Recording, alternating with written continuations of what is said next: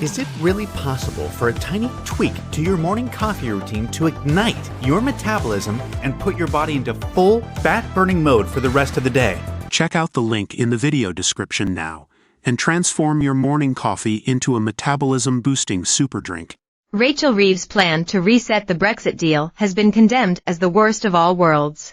Rishi Sunak led criticism of the shadow chancellor after she vowed to forge closer ties with the European Union if Labour wins the election. The Prime Minister accused the party of trying to reverse Brexit after Ms. Reeves said she wanted to improve parts of Boris Johnson's deal. Senior Tories even compared her proposals to Theresa May's failed deal, warning they could spell disaster for the party. Labour's proposals could include seeking closer alignment with chemical sector rules and a revised deal for workers in the City of London, as well as mutual recognition of professional qualifications. She told the Financial Times, "I don't think anyone voted Leave because they were not happy that chemicals regulations were the same across Europe.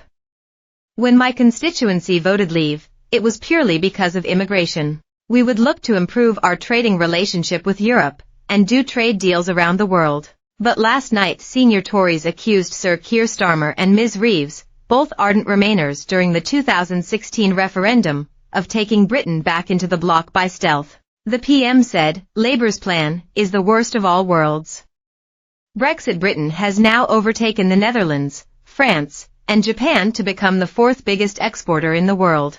In the first quarter of this year, we grew faster than every other major economy, including the United States. That is a very clear choice at the election if you want someone who's going to grow the economy as we are, take advantage of Brexit and the freedoms that it gives us. It's only us that going to deliver that. Ms. Reeves insisted Labour would not cross its red lines on Britain's relationship with the EU, and ruled out rejoining the bloc's single market or customs union.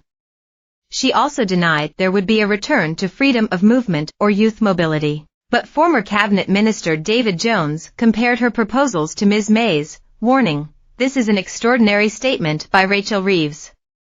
Theresa May's Brexit deal was resoundingly rejected by Parliament and by the people. It resulted in the Conservative Party gaining only 9% of the vote in the last European elections and the dismissal of Mrs. May herself. If Labour want to gain and remain in power, they should respect the judgment of the British people and embrace Brexit and the huge opportunities it presents for the UK. Northern Ireland Secretary Chris Heaton-Harris said, "Given the keys to number 10, Sir Keir would take us back to square one by sneakily trying to take us back into Brussels via the back door. We have left the European Union and now should be the time to make the best of that decision.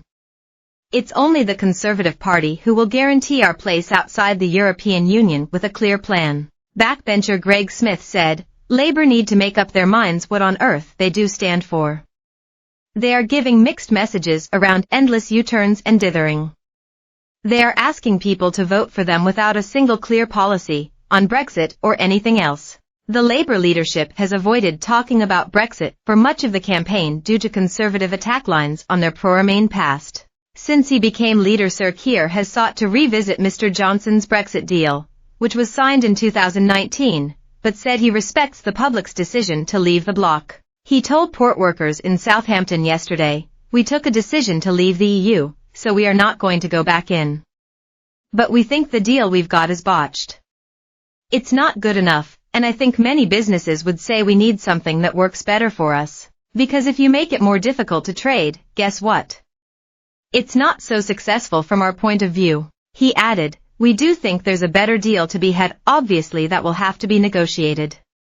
It does not mean going back in, but it does mean an improvement on what we've got for businesses. We want to get a better deal because, at the end of the day, we want you and those that are coming in and out of this port to be able to do it as easily as is possible being outside of the EU and not to make life harder." A European Commission spokesperson declined to comment on Labour's proposals but said, "We have discussions with the UK to manage the relationship, and it is in that context that we